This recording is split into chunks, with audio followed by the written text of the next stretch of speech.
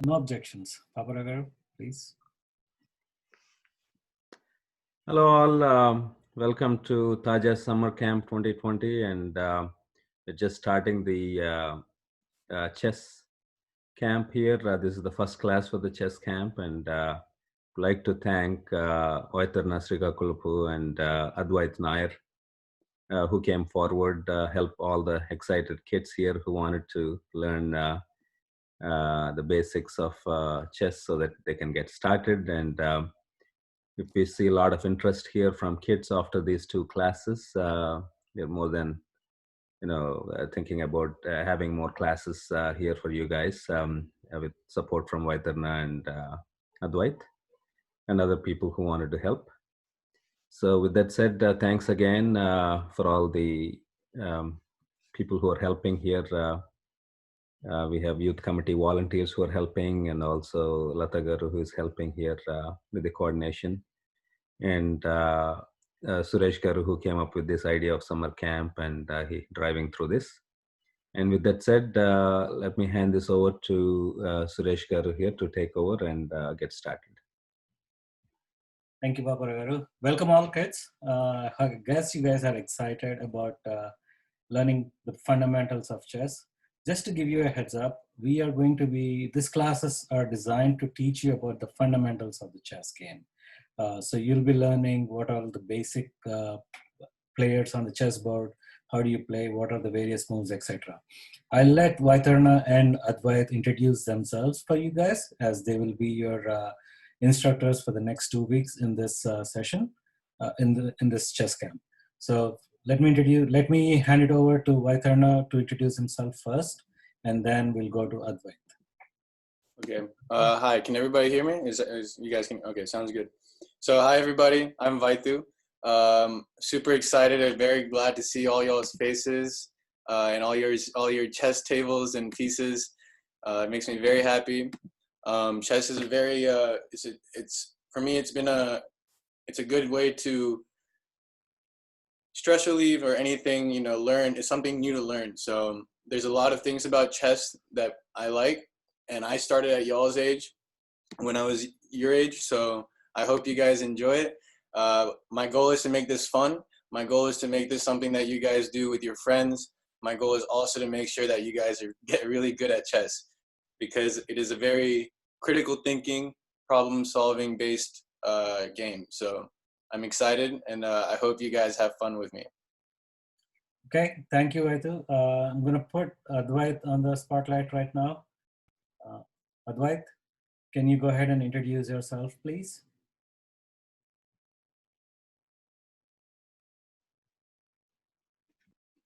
Yeah, I'm 11 years old, and chess for me. I've been playing chess for 3 years, and I wish to.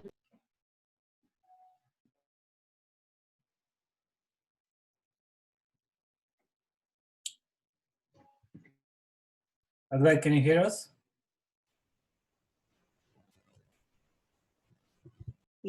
Yes. Okay. I guess you're breaking up, so can you repeat yourself, please? Sure.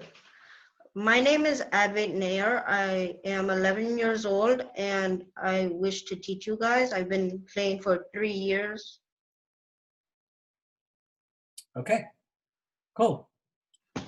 Vaitu, I'm just going to put it back to you, so you can take it over from here. Okay, sounds good. So I want to know what people have. Does everybody have a chess table in front of them with all the pieces? Yes? Can I get a thumbs up like this if you guys have chess pieces with you? If you don't, it's okay. We'll work around it. Okay, so I see one person doesn't have one, and then, okay, sounds good. Okay, so I also have a little table right here. I want to keep it very simple today because there's a lot of things about chess that can get very overwhelming. It can get too much if you don't take it time by time.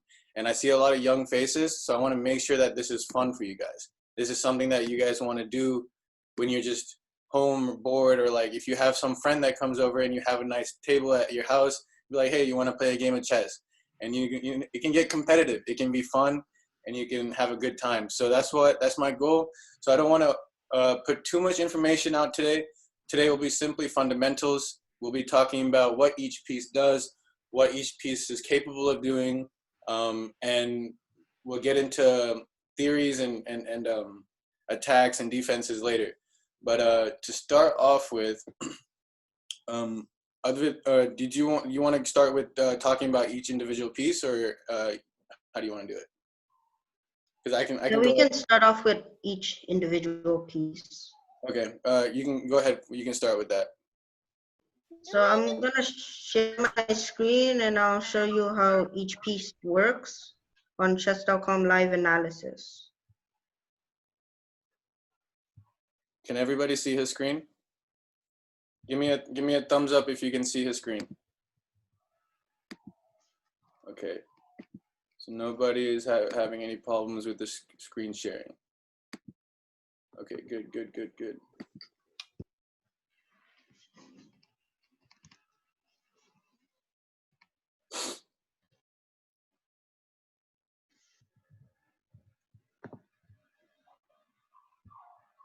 Okay, so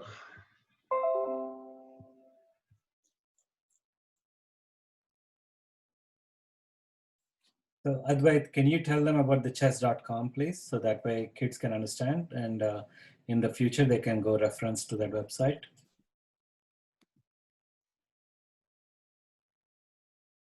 Did he hear you?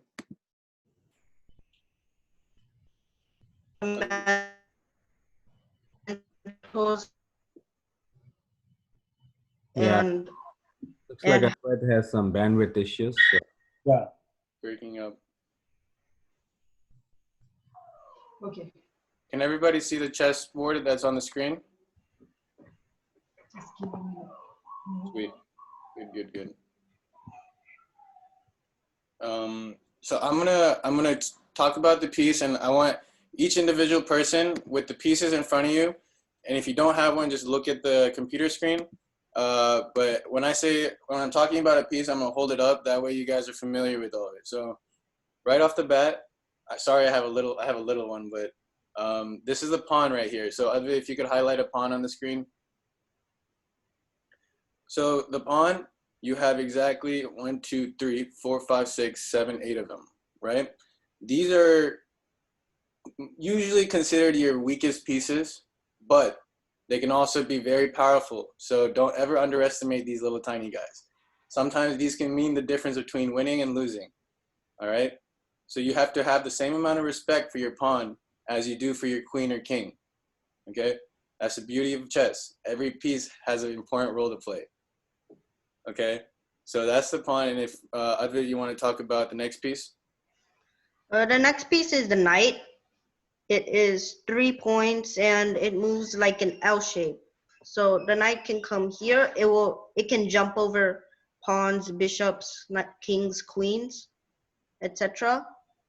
It is this piece. It's on this place. It's near the rooks and bishops, and it can move in a tiny L shape. Right. Actually, well, sorry, I don't mean to interrupt, Advait, but before we get into the pieces, so while we're speaking, if you guys have any specific questions, feel free to type them into the thing, and we'll see it pop up in the chat, and we can address those questions, because we don't want to leave you guys in the dark. And also, I skipped on the actual movement of the pawn. So the pawn, in the very beginning, if they're all in that second row, if for the first move, you are allowed to move the pawn exactly 2 spaces up, 2 squares up. But that is only allowed on the first time you move the pawn. So the following time, if you were to move that same pawn, it can only go 1 square. It cannot go 2 squares, as you see in the arrow. So it jumps twice, and then only once after that, if you can see in the screen. So that's the unique thing about pawns. And they capture diagonally. They capture diagonally and up. They cannot capture backwards. They only can capture diagonally and up. as in if you had a opponent in the diagonal spaces that you see where the triangle is, or what the arrows are showing. Exactly. So it can only capture diagonally and up. You cannot capture diagonally and down. Does that make sense, everybody? Give me a thumbs up if that makes sense. Okay, cool. Sounds good. So that's the pawn right there. And then Advait had touched on the knight. One thing about the knight is the unique thing about the knight, horse, whatever you want to call it. I like calling it knight. It jumps. It jumps over any piece. That is a unique ability that only the knight has. It can jump and go into an L shape and protect in either way, shape, or form, as you see in the arrows. And it captures on that last L shape. So it's three squares and then a turn, always in an L shape. The L shape can go forward, backwards, sideways. It's not like the pawn. It can move back, it can move forward, it can move sideways. Otherwise, if you could show in the screen, put a knight in the middle of the board somewhere, and then show them capturing a pawn or something backwards.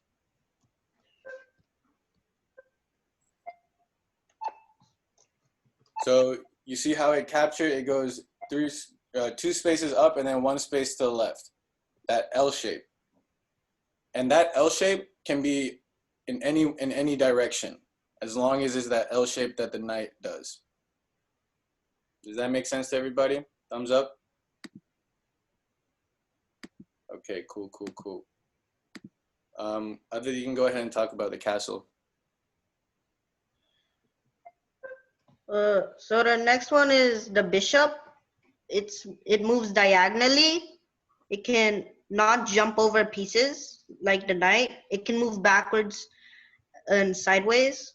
But basically, this bishop can only be on the light squares, and this bishop can only be on the dark squares. So you need to open up the bishops by moving a pawn so that they can come out. And they are worth 3 points. So pause 1 minute, guys. So as we're speaking about this, I want you guys to be looking at both the screen and the pieces in front of you and play around with those pieces. Touch them, feel them, see what you're comfortable with.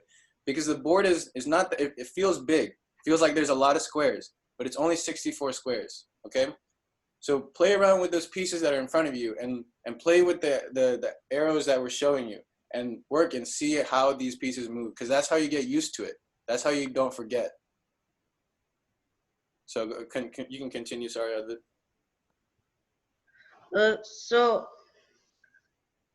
You want to say the next piece?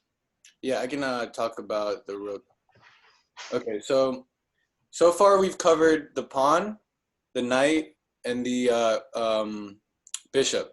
Those 3 pieces. The next piece that I'm talking about, if you look at the screen, is the bottom right-hand corner on the letter H. It is called rook or castle. I call it castle. People call it rook. Either or. I like castle because it kind of looks like a little, fort type deal. So, but the official term is rook. So for the rook, these are very powerful pieces in terms of their range. So if you look at your board and put the rook, just put the rook in the middle of the board wherever. As long as there's no piece in that direction, in that movement, that rook can travel vertically and horizontally. So Advait, can you show us some arrows on the screen, if possible? So if we move here, the rook can come here and then it will go anyway here. So the rook will come up 2 spaces only because there's a pawn on that square above on 4H, H4. You see that? So it cannot pass that pawn because that pawn is in the way of the rook. Does that make sense, everybody? Thumbs up? So like I said, make sure you can take notes if you want, or however you guys learn, but the only piece on the entire board that can jump around other pieces, including yours and your opponent's, is the knight. No other piece on this board can get around your opponent's piece. Does that make sense? Okay, good. If you have any questions, don't be shy. It's okay to be confused. I've been in you guys' position where I feel shy to ask a question because there's a lot of people, but that's fine. It's just chess. It's a game. It's supposed to be fun. So back what I was saying, the rook cannot pass that pawn, so it can move 2 places up. Other, can you move it 2 places up? Yeah, let me just make a move for black. Right. So that is one move right there, right? And so now your opponent will move, and he'll make another move. Go ahead and move a pawn real quick. And now this rook right here, you see how in that entire row to the left of that rook, it is all clear space. So that rook has the capability of moving all the way to the other side of the board. Other, if you can show that with the arrow. But that is only because there's not a piece in front of it, right? That including your opponent's or yours. So now, exactly, if that pawn was there, it could only move up to that spot right before it. Does that make sense, everybody? Thumbs up if you understand. Thumbs up, thumbs up. Okay, cool. And then, so we've covered the pawn, the bishop, the knight, and the castle. If you want to go ahead and touch on the queen of it. Yeah. So the queen can also be opened by a pawn. It is basically a bishop and a rook combined. 1 second, pause of it. There's somebody asked a question. So because there is another pawn, that's why you moved it across. Right. So yes. So are you referring to what with the rook just before? Sahana, is that the right person? Yeah. Okay. Cool. Yes. Sweet. Yes. You're right. Because of that pawn, that's where it stopped. It has to stop right before it. Yes. Yep. Did that answer your question?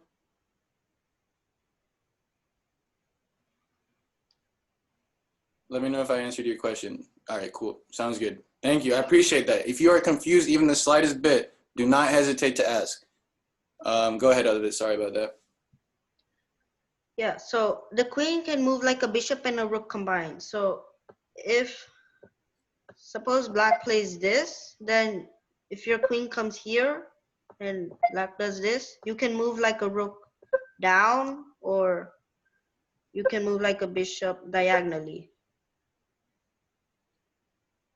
Kind of what some people will see the queen as the most powerful piece on the board because of its range, which means its capabilities of movement, right?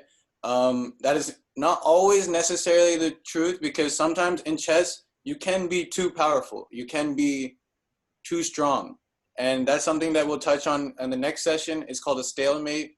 I don't want to confuse you guys, but that's something that we'll touch on. You can get too powerful. So some people will see that queen and bring that queen out onto the board into the front and start, trying to capture all of the opponent's pieces. Well, I'll explain why that can be a bad thing the next time. But the queen is indeed a very powerful piece. You just have to use it properly. I like to see the queen as my defense piece. I don't like using it in the beginning. But again, everybody has a different playing style. And so that is also one of my goals by the end of this, by the end of our sessions, is that everybody finds their playing style. Some people come off aggressively. Some people wait and play counter, and they counter their opponent, right? So that's the beauty of it. And so in terms of pieces, I think we touched on all of them because we only got 6 specialty pieces, and then your pawns, and then your king and queen. So yes, those are the individual pieces. Does anybody have any questions in terms of the capabilities of each piece?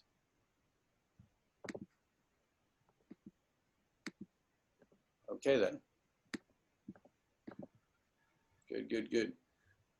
So one thing I didn't touch on before, if you guys look at the screen, you see those little letters and then the number next to it. It's like F5, H4. So if you use those numbers and then refer back to the board, you see that the numbering goes from 1 to 8 vertically and then A to H horizontally.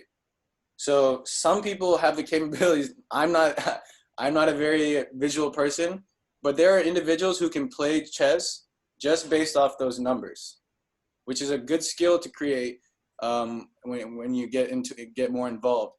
Oh, somebody asked. We didn't talk about the king. Yes. How does the king move?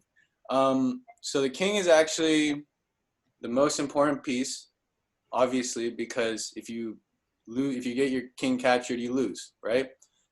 Just like how it's the most important piece, it is also the least powerful capability. It has the least range than all the pieces. Even the pawn has more range than the king because it can move 2 places on the first move, versus the king can only move 1 square in each direction. When I say each direction, 360 degrees. So if other you could show with the arrows, if you could space the king out in a couple moves and then put it with the arrows so they see that 360.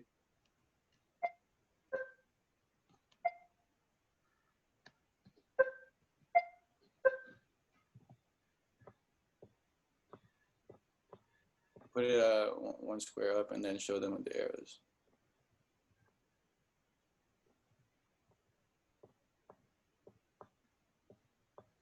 Exactly. So just like that, or actually, Advait, can you put it at E2, the king on E2, and then do it just like that? Yeah. And move the queen for me, please. Okay, and then do the arrows.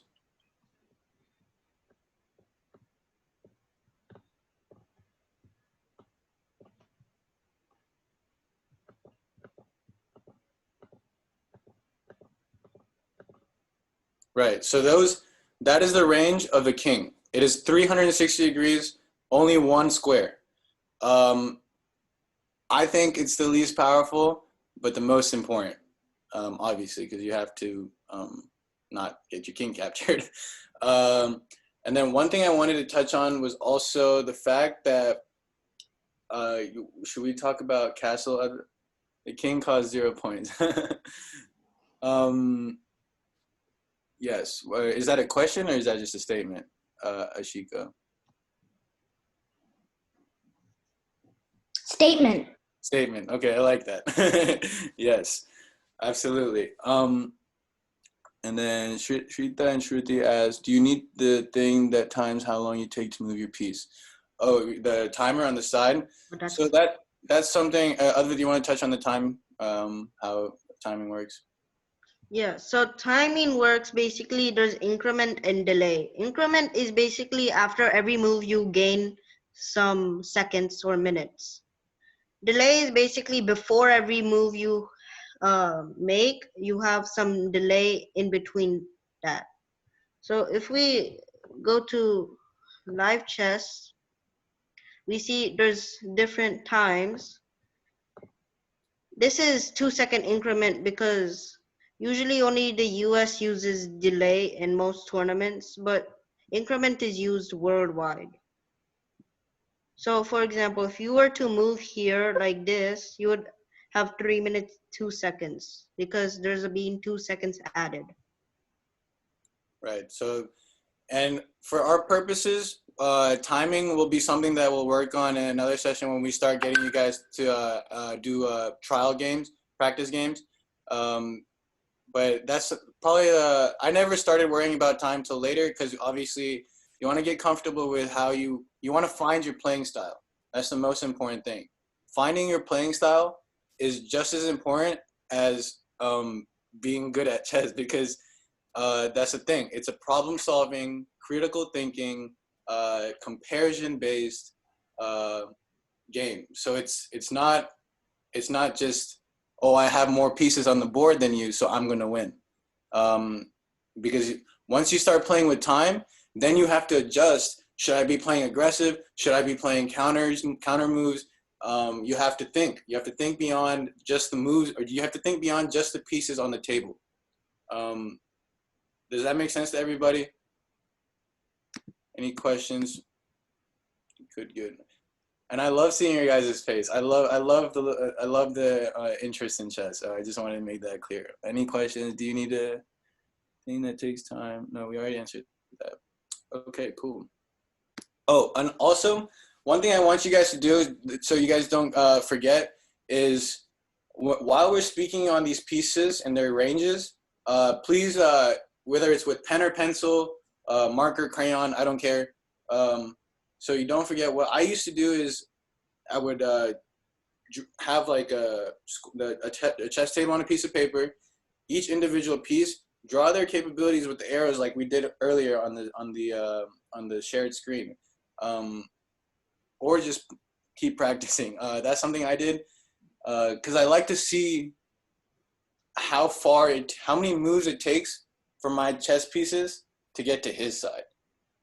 And what I mean by that is that chess, the way I like to think of chess, is almost as a war, like a battle, right? Has everybody seen Harry Potter? Raise your hand if you've seen Harry Potter. The Chamber of Secrets. Everybody seen Chamber of Secrets? All right, cool. So some of you guys know what I'm talking about when chess is like war. All right, it's a battlefield. So by moving your pieces up, you're attacking, right? So you have to think like that. You have to think that it's a battle. That's something that helps me enjoy the game, and you know, it helps you stay creative at the same time, you know. Someone asked a question. Also, you also have to move fast. Yes, absolutely, Aryan. Especially when you're on time, whether you're doing increment or delay, you don't get time to think as much. You do not get as much time to think, compared to if you were playing with no time. So it's important to know the capabilities and ranges of each piece quickly. Does anybody have any questions with how any piece moves? Because I'm gonna get into something called castle. We didn't talk about like the amount of points each Okay, piece is worth. go ahead and talk about that. So for a pawn, each pawn is worth 1 point. But if it gets to the other side, the last square, it can promote to anything you want. Besides a king, it can become a queen, bishop, knight, rook. It cannot be a pawn though. So the pawn is 1 point because it has a less wide range, and you can't really do much with it. You can't like try to take queens by diagonally, besides only if it's one space diagonal. Anyway, the knight is 3 points. It can move into L like we showed, and it cannot promote like a pawn. Only the pawn can promote to the other side to become something powerful. So the knight's 3 points. Sorry, I don't mean to interrupt, Advin. Does everybody understand what he means when he says promote? Give me a thumbs up if you understand what he means when he says promote. Because I know I didn't understand that when I was younger, so I don't want you guys to be confused. Okay, so all right, exactly. So Advin, talk about the promoting a little bit. How hard it is to get a pawn up there, and you know what I mean. Talk about that real quick. Yeah, so a pawn needs to go 1, 2, 3, 4, 5 spaces at least to promote. So you'll need to waste 5 moves to actually get a queen, but it's kind of hard since most of black's pieces are covering that side. For example, a king can castle this way and it will be in the way of the pawn's promotion square. And we'll talk about castling in a sec. So does that clear things up with the promoting? It essentially means that if a pawn gets to the other side of the table, it can be anything else on the board. You can turn it into any other piece except a king. So you can have 2 queens on a chessboard if you get your pawn to the other side. But that's hard. It's very hard for the most part. Okay, cool. Any questions? Ashika, you have a question?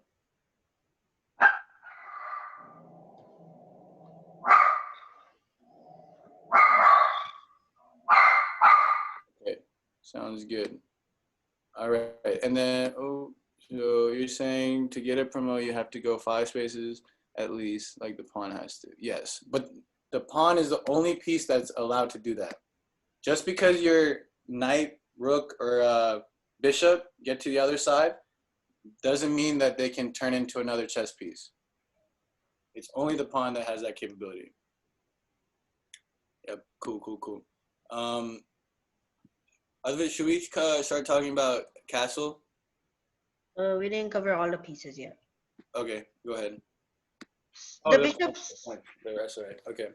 the bishop is also like the knight. It's 3 points. And then this is what we call the major pieces, the rook and queen. So the rook is 5 points because it can move vertically and horizontally, basically. So the rook is 5 points. Then the queen is 9 points. It is like a bishop and rook combined, but it is 1 more point. Then the king is like, if you have it, then you're still playing, but if you don't, it's game over. You lose.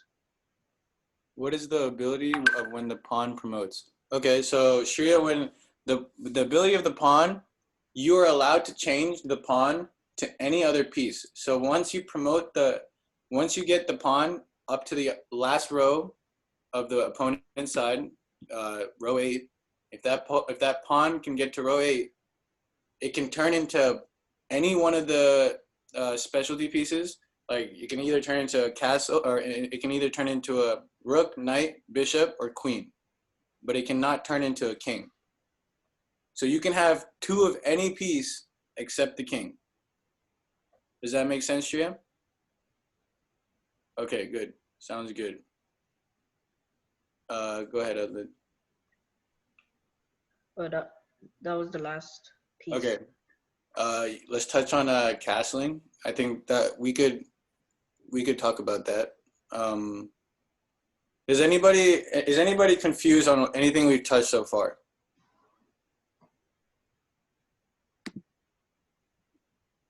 Even the simplest question is fine. This is a good time to ask the questions, kids. So if you have any questions, just put them out. Yeah, don't be shy. Does the special chess pieces, do they come from the other side or do they come from your side? They come from your side, right? Oh, okay. Yeah.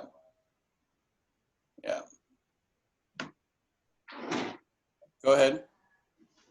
So castling, you can castle queen side, which is this part. Sash has a question.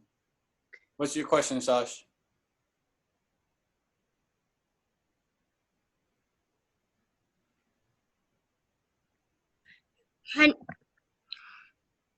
Can you, if there's nothing between the teen and the root, can you switch the teen and root's places? Yes, that's called castle. So we'll touch on that. Advait's about to talk about that in just a second. And then Sahana and Saitej said, so the pawn is 1 point, the king is 9 points, and the queen is 0 points, and the rook is 5 points. This is a statement. I meant point. Okay. What was the queen again? The queen is not 0 points. Advait, you want to talk about the points? Yeah. So the pawn is 1 point. Then the knight is 3 points. The bishop is also 3 points. The rook is 5 points. The queen is 9 points. The king is, you can say it's infinity points. Yeah, infinity 0. It's the king is the most important. Yeah, so it's the king is not 9, king is 0, and the queen is 9. I think you switched that up, Sahana and Saitej. But yes. Let's talk about castling. Yeah, so there's 2 types of castling. You can castle queen side or king side. And if you move the rook on either side, you cannot castle that side. And if you move the king, you cannot castle either. So we'll just do some moves here. Here you have the ability to castle because there's no pieces in between, like the knight or the bishop is not there. So you can castle kingside, and then by castling, what you achieve is that your king is much safer than it is on an open file. Because usually in chess, this file becomes open, and the rooks can control that. And your king will be in the way if you don't castle. And for queenside castling, it will take one more move since you have to take the queen out also. So this is basically a example. Here you can queenside castle, but whenever you castle, the rook needs to come near the king. Like when you castle here, the king will come here and then the rook will need to come here. So when you castle, basically it's like the king gets safer and then the rook's protecting it.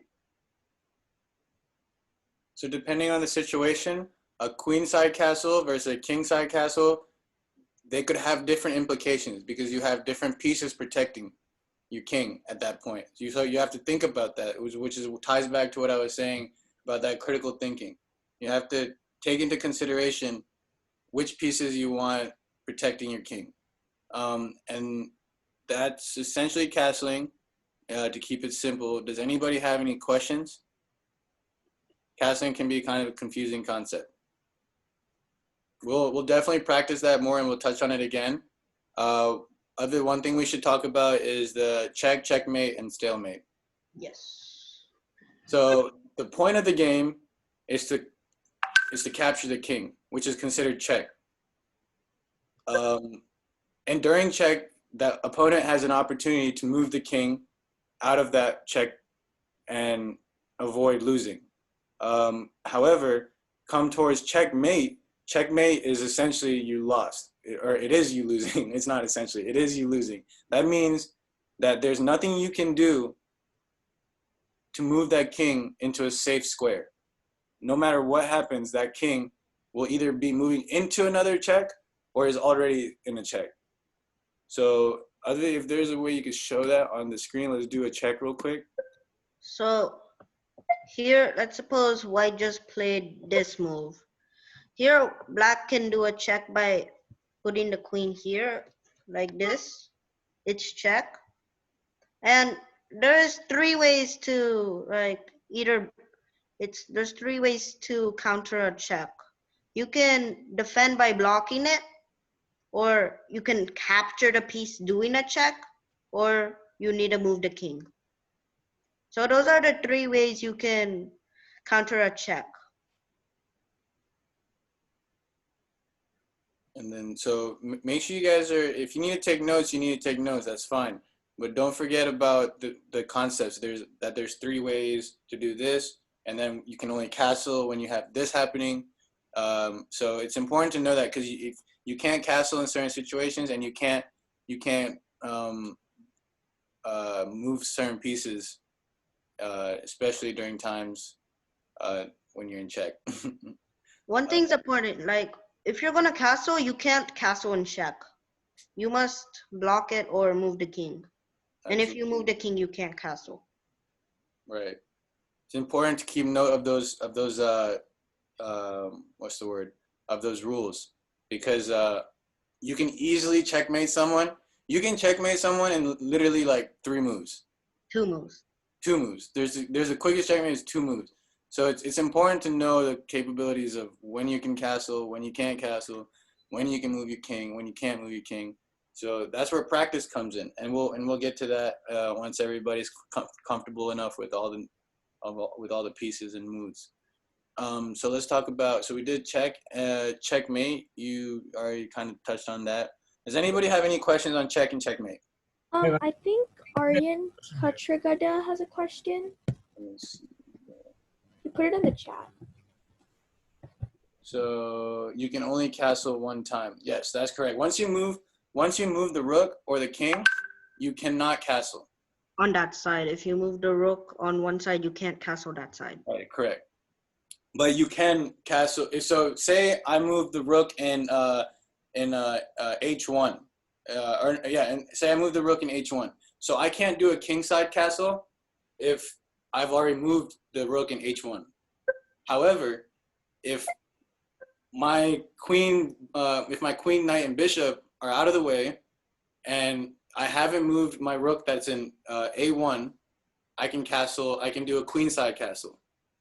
So just because you moved the one castle or one rook doesn't mean you can't take advantage of the other second rook, which is on the other side. Yeah, absolutely. Good question. That was a very good question. Does anybody have any questions on check and checkmate? Because we're about to touch into something called stalemate.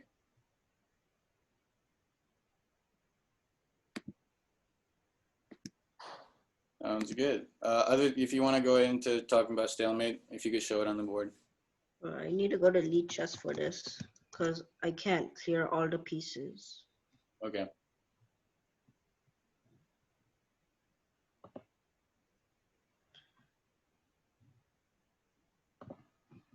So stalemate is basically like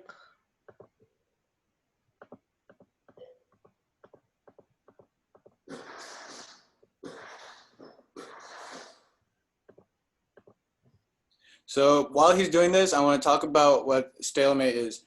So remember when I spoke about having pieces that are too powerful? So this is what Adva's going to talk about, is when you can get too powerful in chess. You can get too aggressive when there's nothing that you can do, and he'll touch on that. But this all ties back into that critical thinking aspect that I was talking about. You always have to be aware of your capabilities and of your ranges. The ranges of all your pieces are the most important thing, because that's what dictates the game. okay. So this is a stalemate if it is black to move. If it is white to move, there is a checkmate here. But for black it's stalemate because black has no pawns to move, no knights to move, no bishops to move, no rooks to move, or no queens to move.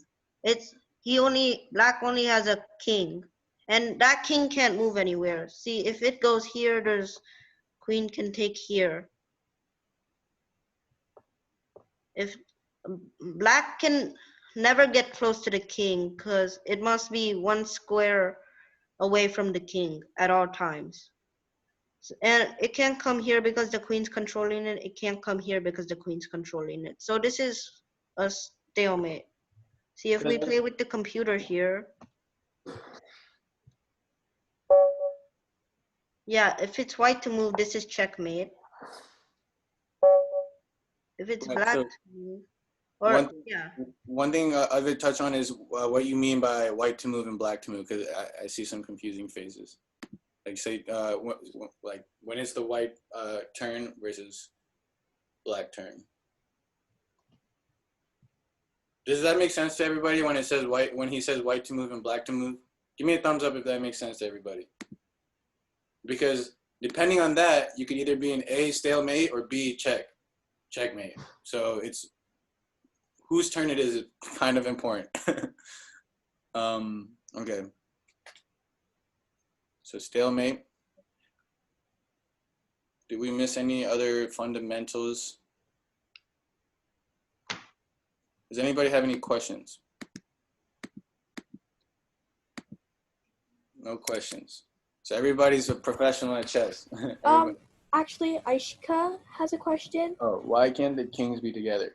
Oh, so when he was talking about why the kings can't be together, all he meant was that the kings move one piece or one square 360. Can you show that on the board real quick? yeah. The kings will always be one square away from each other because they have one square capabilities, one square ranges. So that's what he meant. Is not that they can't. Like you can use a king to checkmate, but you can't. You know what I'm saying? Like you can't move one square up because then you're in. You know, you see what he's doing with the arrows? Like they can't. They always have to be one square apart. This is illegal. I don't This is the board editor, so that's why I can move the king up here. Yeah, that wouldn't be a legal move though, because you're moving into check but trying to check the king. So does that make sense? Like you can't really check with by moving into a spot.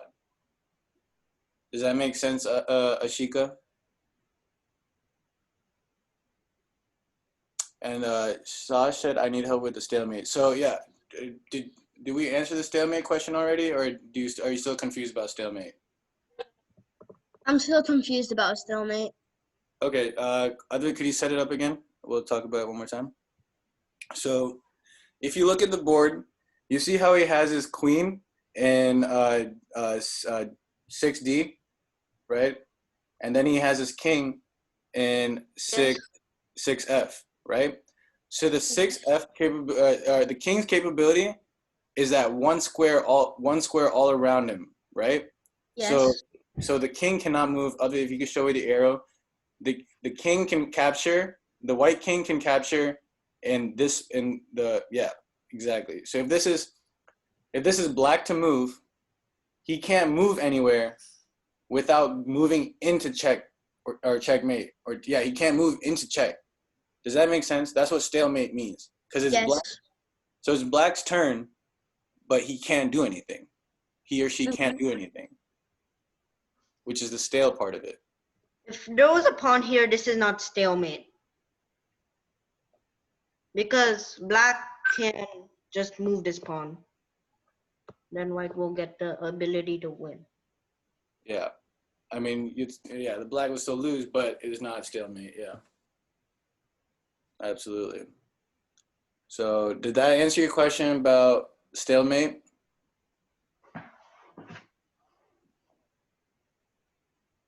Yes. Okay, cool. Sounds good.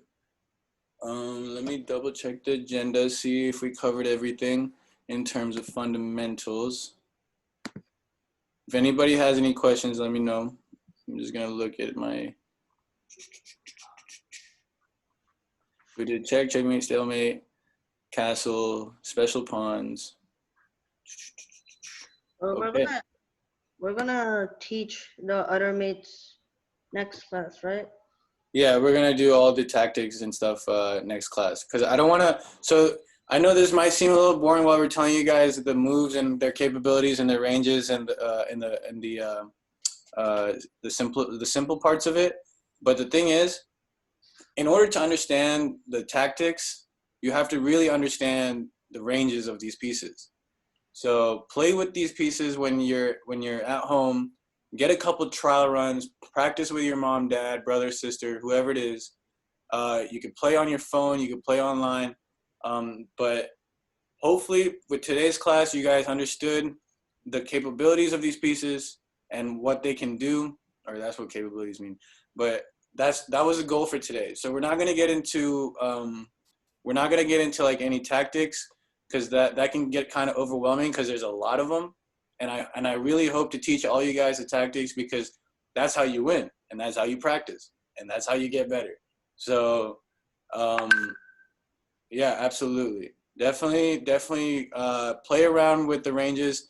Like I said earlier, something that helped me is set up your pieces. Like, don't start a chess game with all the pieces on the board.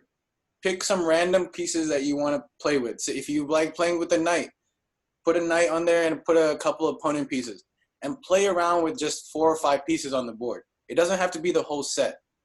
All right, so that is what I want you guys to do before next session, is take whatever piece you like. Like for me, I love playing with my rook. All right, I love playing with my rook. So I'll be practicing with just my rook and a couple pieces from my opponent, and I'll play with myself. I'll play a different situation, a different scenario, see how their ranges work with what pieces are on the board, with what specific pieces, because you never know what situation you'll be in. So I'll have my rook against just one rook and my king against my opponent's queen, bishop, and knight. He's overpowering me. But with that's what I mean by getting comfortable with only having 1 or 2 pieces.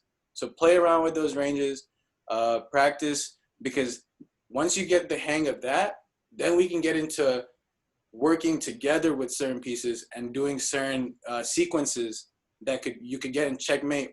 Like the quickest checkmate is literally 2 moves. And we'll teach you guys that. We will teach you guys that. But in order to teach you guys that, you have to understand how each piece truly works. Especially when you only have certain amount of pieces or certain specific pieces. Because obviously you're gonna get some captured and you're not gonna have everything unless you're like amazing. But you know, this is all, we're all learning here. So we wanna make sure that you guys have fun and, you know, don't hate chess. But yeah, last thing I gotta say is, Shreya said, can you explain what castle is again? Absolutely, yeah. So can you clear up a queenside castle? The queenside castle, yes. Yeah. So queenside castle is basically when the king goes to the queen square and the bishop square and ends up at the bishop square, and the rook will go 1 space to the left of the king. That's how the queenside castle works. But in order to do that, there cannot be any pieces in the middle. Those in B, C, D, 1. Those 3 spots have to be clear. Then you can castle. And the same concept applies for a kingside castle, which is the other side with the other rook. F and G have to be clear. But you guys see how the king is closer to one side than the other. There's 3 pieces in between one side and the rook, and there's 2 pieces inside the king and the rook. So that was what I was touching on earlier, is that sometimes a kingside castle will benefit you more than a queenside castle, especially if he's coming heavy with, you know, bishops from the opposite side. You know, you want to make sure that we'll get into that critical thinking part later. Shreya, did that touch up castle? Did that make a little more sense? Castling can be confusing, but you just have to practice that. You just have to, like I said, take those pieces out, play with just those pieces, put a couple 5 pieces, any random 5 pieces, and then practice those castle moves and see how it moves. Like I can see some of you guys on the screen right now playing around, and that's good. That's what you need to be doing. That's good. So it's just playing around. It's at the end of the day, this is just a game. Another thing that can prevent you from castling is that, if you can see my screen, black cannot castle kingside because this bishop is in the king's path.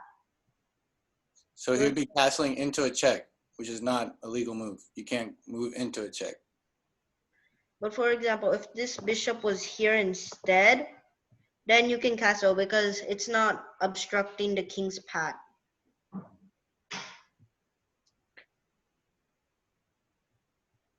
Any questions? Okay. Other, did you want to touch up on anything? I don't know if we have to wrap. How are you doing on time? I'm not sure. 157. Okay. More minutes, but I think if you're good with your agenda for today, I think in our session here. Before everyone leaves, thank you, Advait, thank you, Vaitu, for your time and teaching the kids on the fundamentals of the chess today. Hang on a second. Yeah. Absolutely. Thank you so much. No, I appreciate that. I really love this game because it helps me. It's a coping mechanism for me, but it can be very fun. So don't be scared if you get confused. I will. I'm here. I can give my contact information to Mr. Suresh, and you know, if you have any questions in terms of like practicing before the next session we have, just let me know. It's not hard. It's just all it takes is practice and, you know, willingness to play. So, but last thing I want to say is please before next session, practice with a certain random set of pieces. You don't have to play full games. Don't play full games. I actually don't encourage it because that can be overwhelming, especially when you just started. So yeah, that's all I gotta say. So before everybody leaves, I think we have a few set of announcements for the next upcoming events. I'm gonna put Lata Garu here on this call. Lata Garu, can you go ahead and Hello, Suresh Garu, can you see me? give me 1 second? I'm playing with this. I'm trying to get you the spotlight video.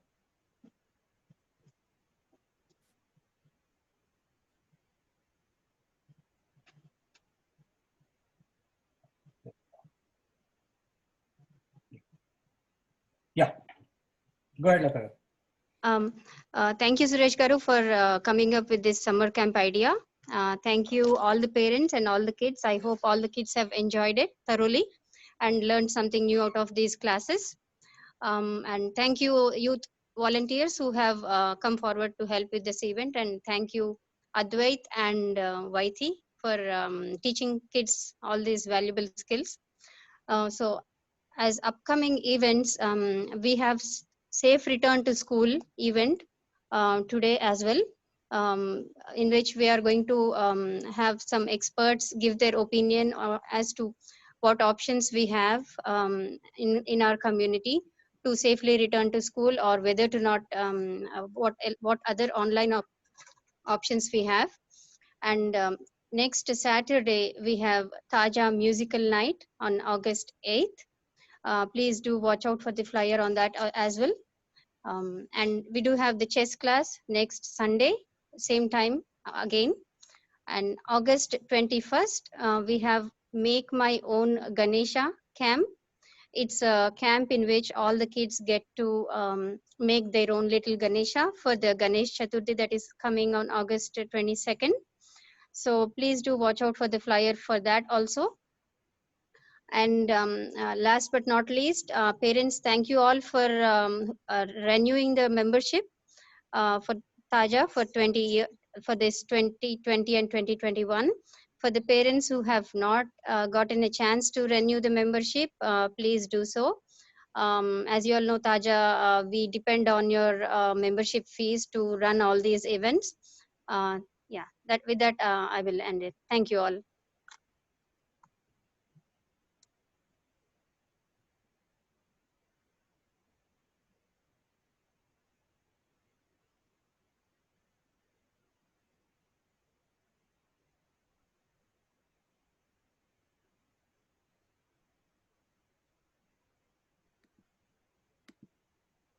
I think Mr. Suresh, you're muted.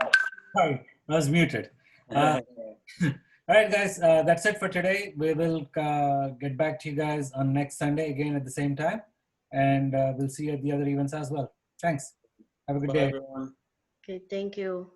Bye. Thank you. Thank you. Thank you. Thank you.